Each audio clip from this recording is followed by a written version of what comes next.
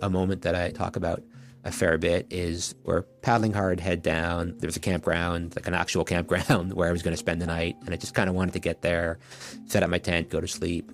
And I heard somebody yell, "Take a break, have a beer." And I looked over my shoulder and there was a marina and there was a group of people on the back of their boat hanging out. And my first thought was, I'm just going to keep going and, give them a wave. But I was like, no, why not? Why not take a break, have a beer? I'm only a mile from where I want to be. And I went over and they helped me up into the boat. And we just had this amazing conversation. They were so joyful and supportive of somebody who was doing something weird just because he kind of wanted to do it. Dan Rubinstein is a journalist from Ottawa, Canada, who spent years exploring how we connect with the natural world. Back in 2015, he wrote a book called Born to Walk, all about the science of walking outside. But after that project was done, Dan's curiosity began to shift from land to blue spaces, like rivers, lakes, oceans, and other waterways. He loved stand-up paddleboarding and would head out on the Ottawa River whenever he could. Before long, he started to wonder, what does being near water actually do for our brains and bodies? With that question in the back of his mind, Dan came up with a wild idea. In 2023, he set out to stand-up paddle 1,200 miles, from Ottawa all the way to New York City and back. Along the way, he met with experts who helped him understand the physical, mental, and social impacts of spending time in blue spaces. He later wrote about his experiences and findings in his book, Waterborne. I'm Shelby Stanger, and this is Wild Ideas Worth Living, an REI Co-op Studios production presented by Capital One and the REI Co-op MasterCard.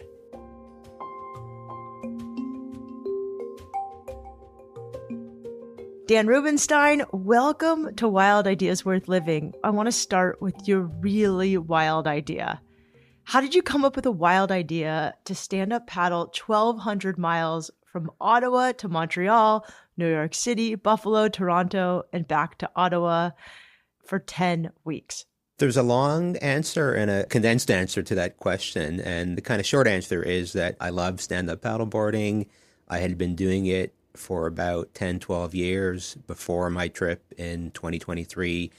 And it was kind of taking over my life. And at the same time, as a journalist, I was really getting into exploring the idea of blue space, of what happens to our bodies and minds when we spend time in, on, or around water. And I wanted to kind of combine my love for paddleboarding and my journalistic exploration of blue space into a book project.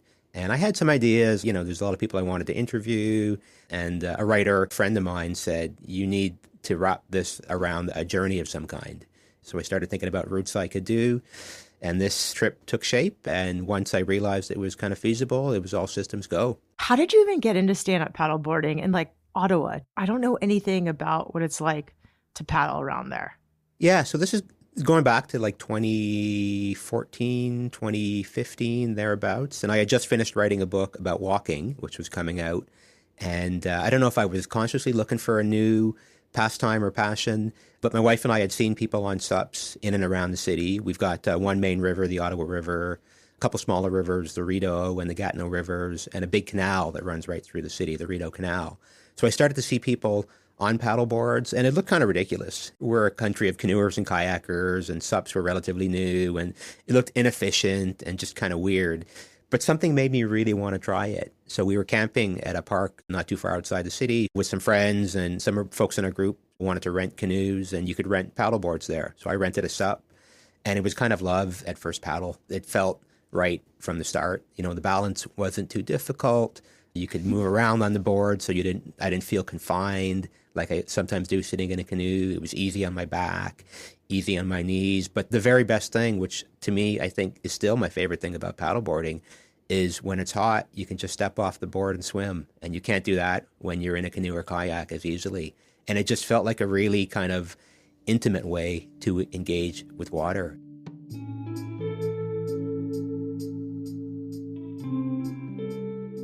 Stand-up paddleboarding made Dan feel relaxed and more clear-headed. He wondered if there was a scientific explanation behind the way humans are impacted by water. After looking into the literature on blue spaces, Dan was inspired to do some research of his own. He hatched a wild idea to stand-up paddle a 1,200-mile loop from his home in Ottawa all the way to the Atlantic Ocean and back. Starting on the Ottawa River, he'd head east to Montreal, then south to New York City. From there, Dan would head north to Toronto via the Erie Canal, Niagara River, and Lake Ontario. Finally, he'd return to Ottawa via the Rideau Canal. So talk to me about the paddle. Like, where did you start? Where did you go? Where did you stop? And how did you even plan this route? How did you train? Tell me about all of it. I didn't really embark on a formal training routine. I'm pretty active and decent shape.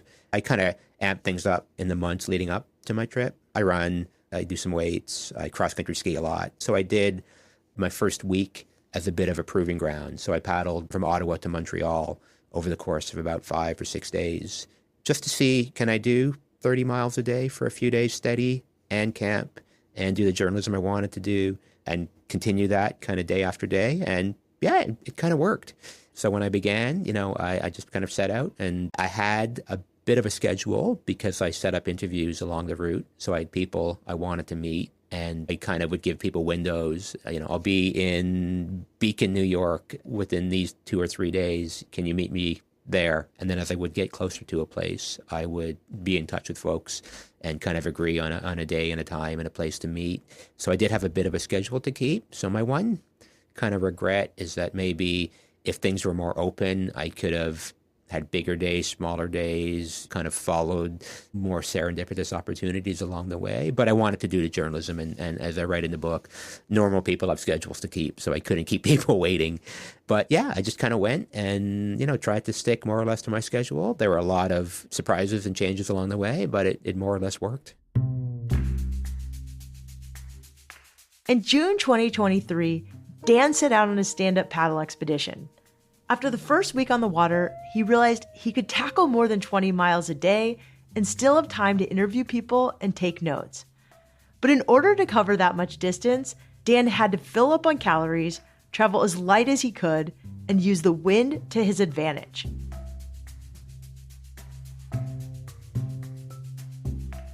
How many miles did you actually paddle a day? I probably averaged 25 miles a day. I think my biggest day was about 40 miles with a bit of help from tidal current on the Hudson. And that was a long day, but because you're standing, because you can shift around, because the majority of the movement relies on your core, on the bigger, strong muscles, it's sustainable, right? I could not canoe for 10, 12, 14 hours, but I can and have paddleboarded for 10, 12, 14 hours. What did you do for food? Where did you put did you take a computer with you? Like, how did you? No laptop, just a phone, and I'm an old school notepad, so a lot of notepads, and then I would mail them home when I had filled a bunch of them up. You trusted the mail to keep your notes? Yeah, I know. Hey, that is crazy. Yeah, I mailed home extra clothes and stuff because I realized it was hot. I did not need long underwear, in July in New York State, so I ended up mailing stuff home as well. I brought freeze-dried meals, so I had something no matter where I ended up, as long as I had water. I brought a lot of energy bars and shakes. But as you know from paddleboarding, you burn a lot of calories. So I was hungry all the time. And because it was so hot, and because the temperature inside a dry bag is roasting, even the stuff that I would take on a hiking trip, like dried sausage or hard cheese, I didn't want to risk it melting and going rancid in the sauna in my dry bag. But because my route goes through really populated places, there were cities and towns everywhere. So there was restaurants, there were supermarkets. And if I was staying in or near a town, I depending on the night, I might eat my freeze-dried meal, or I might walk to a restaurant. And I would I'm 5'5", I'm a small guy, but I would order the biggest thing on the menu and eat all of it, and then go to the gas station next door and buy half a dozen donuts and a couple of ice cream sandwiches and eat that too. And I would still be hungry when I went to bed. So I was just eating all the time, everything, everywhere. Where would you sleep? Did you sleep in a tent on the side of the shore? Or would you find a hotel? Mostly tenting. So I lightweight tent. But you were in cities. So how did you just pull up on the shore and camp? On some of the waterways, like the Erie Canal, at lock stations, paddlers and cyclists are allowed to camp. And they have drinking water and bathrooms. So That's all I need. Because I was doing journalism, I talked to folks in advance about potential places to stay. And, if you call up a marina or a maritime museum or a nonprofit and say, hey, I'm paddling through, I want to talk to somebody from your organization about how you relate to and connect with water, they're going to agree to an interview most likely. And then if I say, do you know where I can camp? Often they would say, well, you can camp on our lawn or you can camp here. So I camped at a lot of marinas, which are really accommodating and have showers, which is really, really nice. But I would talk to people. There was always somebody walking their dog or fishing. I would say, hey, I'm paddling through on a long trip. I need someone to camp. Do you think I'll have any trouble camping here? And usually people said, yeah, you should be fine.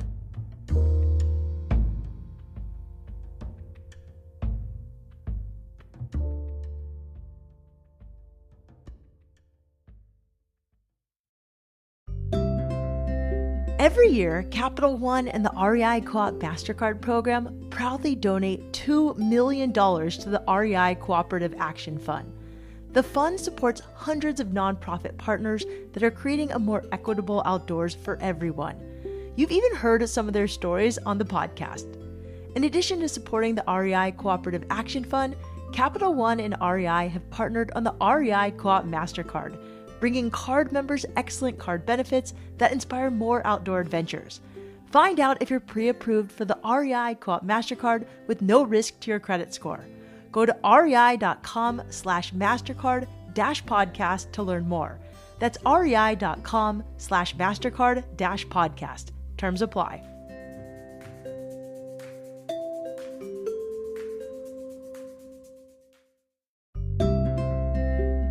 If you spend a lot of time in the ocean, surfing, swimming, or just sitting and watching the waves, you probably want to protect it as much as I do. That's why I want to tell you about Ocean Bottle.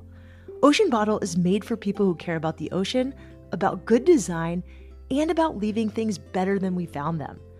Every bottle they sell funds the removal of 1,000 plastic bottles before they hit the ocean. That work is part of a mission to stop 10 billion plastic bottles from polluting our oceans by 2030. If you're looking for a simple way to make an impact, Ocean Bottle recently launched their Peak range. It's slimmer, stronger, 100% leak-proof, and designed to keep your drinks at the right temperature longer. Check out Ocean Bottle at your local REI or at rei.com.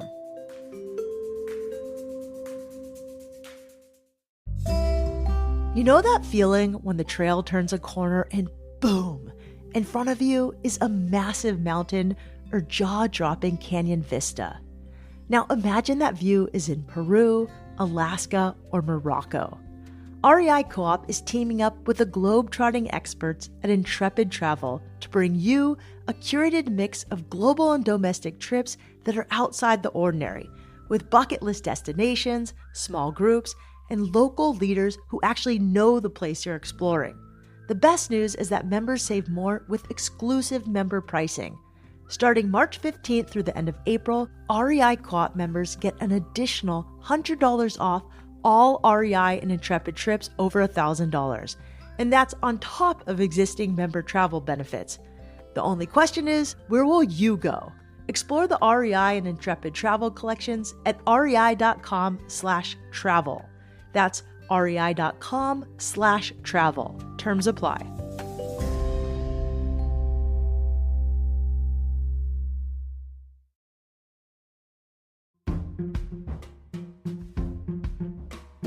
In June 2023, journalist Dan Rubinstein strapped 50 pounds of camping gear to a stand-up paddleboard and pushed off from shore in Ottawa, Canada. Stand-up paddleboarding is a very exposed sport. If it rains, there's nowhere to hide, and if there's lightning, you're a target. The tiniest bit of wind can make a big difference in how quickly you move. Not to mention, conditions can change in an instant. So what was the biggest day you did, like mileage-wise? It was July 4th. I was at a hotel in Troy, New York, and I just stopped myself at the breakfast buffet and then hit the Hudson River at dawn. And I had a couple marinas where I could have spent that night, but I was enjoying the ride. Sun came out, got really hot. The water was clean, so I swam every 20 minutes. And I just kind of kept going and going and going and stopped in a town, got a burger, at like supper time and realized that I could probably get to Catskill, New York, to another marina where the owner had said, yeah, you can stay here, no problem. So it was probably like 8, 9 o'clock. It was getting dark. There were fireworks, in towns on the shore. And then I realized that some of what I thought were fireworks was actually lightning. And there was a big thunderstorm kind of bearing down on me from the north. I had to really bust it the last mile or so and got to this marina and got to a dock, used my leash to tie the board up. And I left all my gear on it because I thought it could blow away if I stripped it down, and ran into the nearest building. And it turned out it was the bar. It was closing, the bartender said, but I saw a few folks still finishing their drinks. So she gave me a beer and I chatted with a few of the locals until the storm blew through, and then set up my tent and had a very good sleep. Those unexpected moments were some of the best parts of Dan's trip. He enjoyed the interviews he'd scheduled with researchers and conservationists, but he ended up being more moved by the chance encounters. It was always fascinating to discover what was around the next bend. A moment that I write about and talk about a fair bit is we're paddling hard, head down. There was a campground, like an actual campground, where I was going to spend the night, and I just kind of wanted to get there, set up my tent, take a shower, have some food, go to sleep. And I heard somebody yell, "Take a break, have a beer." And I looked over my shoulder, and there was a marina, and there was a group of people on the back of their boat hanging out. And my first thought was, I'm just going to keep going and, give them a wave. But I was like, no, why not? Why not take a break, have a beer? I'm only a mile from where I want to be. And I went over, and it was a guy named Matt Donahue and his wife and son and some friends of theirs from the UK. And they helped me up into the boat. And we just had this amazing, amazing conversation. And they asked me so many questions about my trip. They were so curious. They were so joyful and supportive of somebody who was doing something weird just because he kind of wanted to do it. And then they told me about their lives and their community. And the two kind of anecdotes that I really loved from that encounter was Matt told me that I was about halfway through the area at that point. So I had another 175 miles to go. And I think he sensed that I was tired and looking kind of weary and disheveled. And he told me that he used to be a member of the U.S. Navy Seabees. And the Seabees are this elite kind of construction battalion that will go and build bridges and buildings and roads and do things that have to be done in difficult situations. And he said their motto is, the difficult takes time, the impossible a little longer. And that kind of became a bit of a mantra for me, paddling into the wind, into the current. If it's difficult, it's going to take time. But if it's impossible, it's just going to take a little bit longer. And then when I was leaving, I was hopping down on my board. He gave me a beer for the road. And then Matt and I hugged. And it wasn't just, this is two middle-aged men who had been talking for maybe an hour and a half at most. And it wasn't kind of awkward, one-arm back patting. It was a real emotional hug. And the thing that sticks in my mind from that experience is, where else do two middle-aged dudes who've just met hug like that, right? I mean, it can happen in different places, different ways, but there was something about meeting him in that context that led to a connection. And I don't know if he feels the same way at this point 2 years later, but it felt really real. I really love this conversation because my best friends I've met through surfing. I had to go to the ER last week. My mom had pneumonia and she's a little older. And when I got there, I knew the ER nurse because we had paddle battled for a wave and then made fast friends. I was like, okay, I'm not going to be this guy's enemy. He can surf really well. I'll make him my friend. Found out he was an ER nurse. And he was the first guy I saw in the ER. And it's really interesting. I know you got to meet with some really cool indigenous communities on your paddle. Can you tell me about that? Yeah. So towards the end of the first leg of my journey, just before I paddled into downtown Montreal, I crossed the St. Lawrence River on a calm day to a Mohawk community called Ganawage. And Ganawage, the name means by the rapids. It's always been there on the water. And in the 1950s, when the St. Lawrence Seaway was built to facilitate shipping from the ocean to the Great Lakes, it basically was bulldozed through Ganawage's front yard, disturbing their connection to the river. And I spent time with a few folks there, and it was just really inspiring. One were people at a local paddling club, and they were kind of asserting their right to be on the water, something their ancestors had always done. So it struck me how beautiful and important it is for a community and for kids to have an opportunity to do things like that.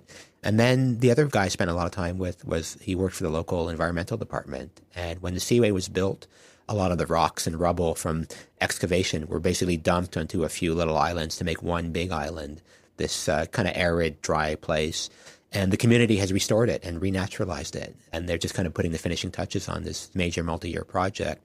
And it now has habitat for native flora and fauna. There's beaches for swimming. There's boat launches. There's a bike path. There's benches. And they've taken this colonial imposition and turned it around into this beautiful, healthy place. And I really love that idea of something you've been dealt with, this kind of raw hand you've been dealt, and turning it around and turning it into a positive thing. What about the Statue of Liberty when you paddled around that? That must have been pretty wild. Yeah, I mean, that's the money shot, right? Like, you're going to New York City, you got to go to the Statue of Liberty. I got really lucky on my way into New York, where I had been in contact with a paddleboarder, this guy named Paris Montoya, he had paddled from Buffalo to New York City, where he lives.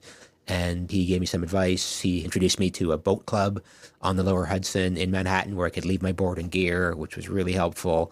But the day after I got to New York, I went out with Paris, his partner, and a friend of theirs, and we circumnavigated the Statue of Liberty. And the New York Harbor is bonkers, right? Because there's tour boats, there's ferries, there's water taxis, there's police boats, there's barges. Everything is flying around really fast. There's big waves, there's wakes, the water's bouncing around.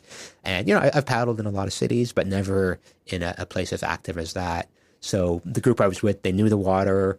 Two of them were licensed guides. They had radios, so they were communicating with the ferry captains. But we went out, and then we got to the statue and circumnavigated it pretty quickly. And, I wanted to kind of linger and reflect on the immigrant experience, because that's my family story in North America. My parents met in New York, got married there before moving to Canada. And I wanted to kind of have this emotional moment. But Paris said, "We got to go. There's boats coming." Paddling around the Statue of Liberty was exhilarating, but the next day was even more special. Dan went across the Hudson to Hoboken, New Jersey, where he visited the exact place where his parents met.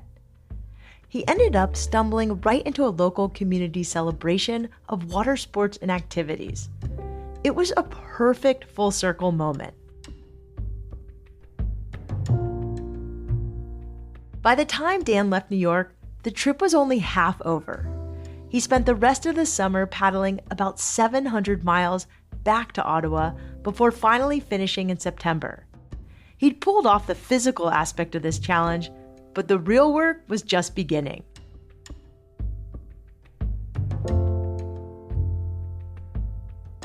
I'm curious how long it took to finish this whole journey.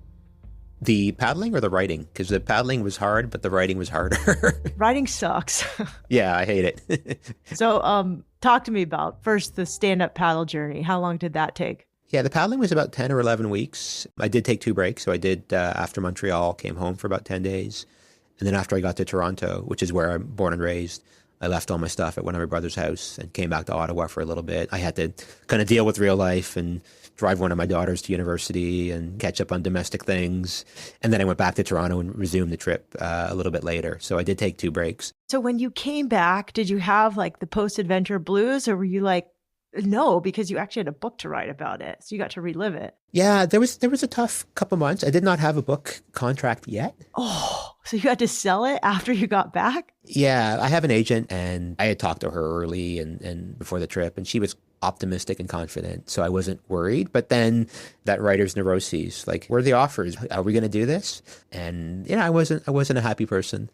But I think it was just before Christmas where the book deal came through. So things worked out. But yeah, there was a bit of a downtime. And then you just have to jump into the writing. And I think this one was a little easier. It was easier than the first book because I had done one and because it was an expedition, because there was a chronological element to it. But yeah, so probably like January 2024 was the beginning, and it was done within the year. Okay, so give us a little taste of your book. What did your trip teach you about being around blue spaces? Yeah, I mean, research shows that water makes us feel good. It's good for our bodies. It's good for our minds. That's been shown. It also slows us down. So sure, some boats go really fast, but generally when you're in a blue space, your pace is diminished a little bit. People spend more time playing when they're at the beach than they do in green space. Something about the water, they lose track of time. So water makes us feel good. It slows us down. And there's an element of danger around water too. And my theory, and this isn't borne out by research yet, is that people kind of look out for one another around water more than in other places. We're interested in one another around water. We see this elemental connection. So because it makes us feel good, because it slows us down, because it kind of sparks this human connection, it has this capacity to build community in ways that other natural places might not. And I had a writer I know kind of refute my thesis and say that she had made some of the best friends and had some of the best moments serendipitous while hiking. And she kind of listed a few examples. But the examples were all hiking beside rivers or lakes or oceans. So it's like, yeah, you're hiking, but you're hiking overlooking the Pacific, or you're hiking beside this white water, right? So you're in blue space, right? So yeah, I think it does have this capacity. It's the most elemental thing about us. It's the majority of our bodies. It's the majority of our planet. And as an Indigenous writer, Leanne Betasame Simpson, writes in a recent book called Theory of Water, when you breathe out, there's water droplets in your exhaust, and I'm breathing them in. Maybe not you now because you're in San Diego and I'm in Ottawa, but if we're in the same space, we're literally sharing the same water, right? So it's this thing that connects us all. And every single plant and animal needs it to live, right? So it's this essential thing that connects us. It kind of makes sense that it would facilitate community in one way or another. If you want to learn more about Dan, his journey, and his scientific findings, be sure to check out his book, Waterborne. That's Waterborne spelled B-O-R-N-E. You can find it wherever you buy books. To connect with Dan directly, follow him on Instagram at Dan Rubinstein Sup. That's DanRubinsteinSup. You can also check out his website at www.waterborne.ca. Wild Ideas Worth Living is part of the REI Podcast Network. It's hosted by me, Shelby Stanger, produced by Annie Fassler, Sylvia Thomas, and Sam Pierce-Nitzberg of Puddle Creative. Our senior producer is Jenny Barber. Our executive producers are Paolo Motola and Joe Crosby. Thanks again to our partner, Capital One and the REI Co-op MasterCard. As always, we love it when you follow the show, take time to rate it, and write a review wherever you listen. And remember, some of the best adventures happen when you follow your wildest ideas.